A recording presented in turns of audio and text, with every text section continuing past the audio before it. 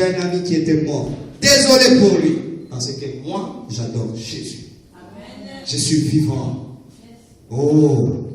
Amen. Amen. Nous voulons introduire notre message, bien notre plutôt journée de ce jour,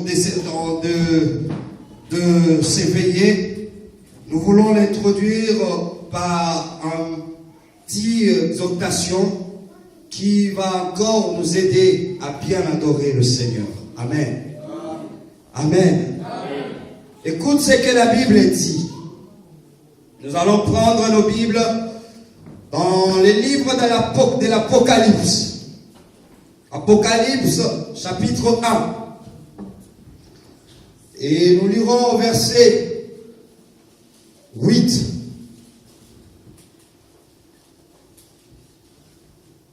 Je lis au nom du Seigneur. Amen. La Bible dit ainsi. Je suis l'alpha et l'oméga, dit le Seigneur, Dieu. C'est lui qui est et qui était et qui vient, le Tout-Puissant. Amen. Amen. Au chapitre 21, 6, il dit encore ceci. Apocalypse toujours. J'aime ces livres. Et j'aime parce que c'est un homme qui voit les choses spirituelles, les choses surnaturelles. Les choses que toi et moi, nous avions toujours envie, nous mourons envie de voir ces choses. Seigneur, ouvre les yeux à ton Église, afin qu'ils voient des choses comme ils ont vu, comme Jean a vu sur le livre de Patmos. Il dit ceci, dans 21, 6. Et il me dit, c'est fait. Je suis l'alpha et l'oméga, le commencement et la fin. À celui qui a soif, oui, j'aime. Dis, j'aimerais que quelqu'un puisse dire à Dieu que j'ai soif encore de toi. Dis-le très bien, dis-le, Seigneur, j'ai soif de toi. Oui, moi aussi j'ai soif de toi, Jésus. Je donnerai de la source de l'eau, de la vie, gratuitement. Et il prie, et nous allons encore prendre dans Apocalypse 22, 13, où il dit encore, j'ai lu au nom du Seigneur, là c'est Jésus, quand cet homme, les gens étaient en train de voir, c'était pas un homme qui lui parlait. C'était pas un ange ordinaire, mais c'était le Seigneur Jésus lui-même qui lui disait ces choses. Il dit ceci, je suis l'alpha et l'oméga, le premier et le dernier, le commencement et la fin. Alléluia. Oui. Oui. L'année a commencé, l'année 2011, elle avait commencé.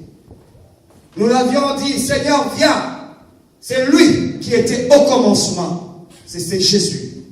Il s'est présenté au devant de nous comme un Dieu alpha. Amen. Amen. Et il a marché au milieu de nous comme Emmanuel. Bien-aimés, oui, nous sommes arrivés à la fin. La Bible nous montre, au travers de cet homme Jean, il voulait juste nous dire que c'est lui qui détient le règle du temps. C'est lui. C'est lui qui a détenu ta vie. C'est lui. C'est lui qui a voulu que ton nom ou ta vie soit entre les deux parenthèses. Et c'est Jésus-là.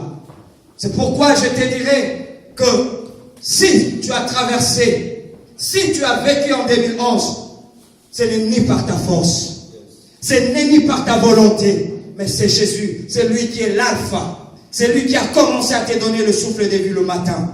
Comme ce matin tu t'es réveillé, c'est semblable en ce 1er janvier 2011. Il t'avait donné le souffle de vie. Tu as tout au long de cette année marché, mangé, bu. Tu as fait tout ce que tu as pu faire avec tes enfants.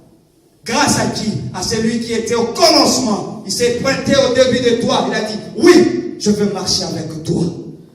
Et il a été fidèle. Il ne t'a pas menti. N'est-ce pas, lorsque tes enfants partaient à l'école, ils étaient seuls. Tu n'étais pas avec eux. Mais lui, il était l'alpha. Parce qu'il a accepté. Il a dit, oui, je suis au début de l'année avec tes enfants. Et il s'est présenté avec tes enfants à l'école comme Emmanuel.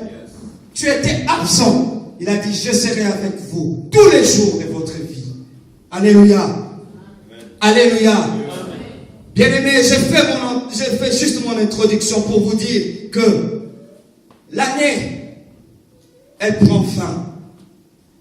L'année, elle se termine. Mais elle ne se termine pas avec un alpha. Mais elle se termine avec un oméga. C'est lui qui est oméga. Bien-aimé, personne ne peut fermer ta vie. Ce n'est que lui s'il dit que je permets que ta vie puisse prendre fin. Oui, c'est celui-là. La Bible veut juste nous dire que c'est lui qui a un dernier mot dans ta vie. C'est lui qui peut dire qu'aujourd'hui, Christian, tu vas mourir. C'est celui-là qui est oméga. Comme tu es là ce soir, il n'a pas encore dit le dernier mot de oméga. Ce dernier mot lui est réservé à lui seul. Amen. Amen. Crois-moi que tu étais au travail, que tu étais dans toutes tes courses, tes démarches tout au long de cette année. Crois-moi, il n'y avait que Jésus qui t'a protégé. Bien-aimé, oui, même moi je pourrais dire, le Seigneur m'a gardé. Le Seigneur m'a protégé. Pourquoi ne pas lui dire que tu es l'alpha et l'oméga? Pourquoi ne pas lui dire que c'est toi qui m'as gardé et qui m'as protégé? Tu avais dit que tu seras le Dieu du départ et de mon arrivée. Oui, ce jour-là, on s'est souhaité bon départ pour 2011. Maman, nous sommes arrivés. Nous sommes arrivés. Nous sommes juste à la porte. Nous sommes arrivés. Je vais juste te dire, oui, c'est le Dieu du départ et de l'arrivée. Nous sommes arrivés au point où nous voulions nous tous arriver. Chacun de nous cherchait à arriver le 31. Regarde-toi. Moi, ces jours-là, j'étais à l'hôpital. Pendant 10 jours, je me regardais, je me disais, Seigneur, je vais rater ce moment. Est-ce que ces promesses vont-ils se réaliser? Il m'avait dit, garde silence. N'est-ce pas, je t'avais dit que je suis l'alpha et l'oméga de ta vie. Oui, aujourd'hui, je peux dire, il est l'alpha et l'oméga de ma vie. Amen. Il est l'alpha, oméga pour ta femme. Il est l'alpha et oméga pour tes enfants. Il est l'alpha et l'oméga pour tes enfants. Si je pense encore à la télévision, comme je disais à un frère un jour, j'ai dit, je n'ai jamais vu un noir ou un africain noir parler qu'on a enlevé mon enfant.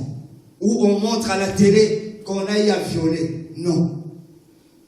J'ai compris que ces enfants, lorsqu'ils vont à la maison, dans l'école, leurs enfants, leurs parents plutôt, les scellent dans le sang de Jésus.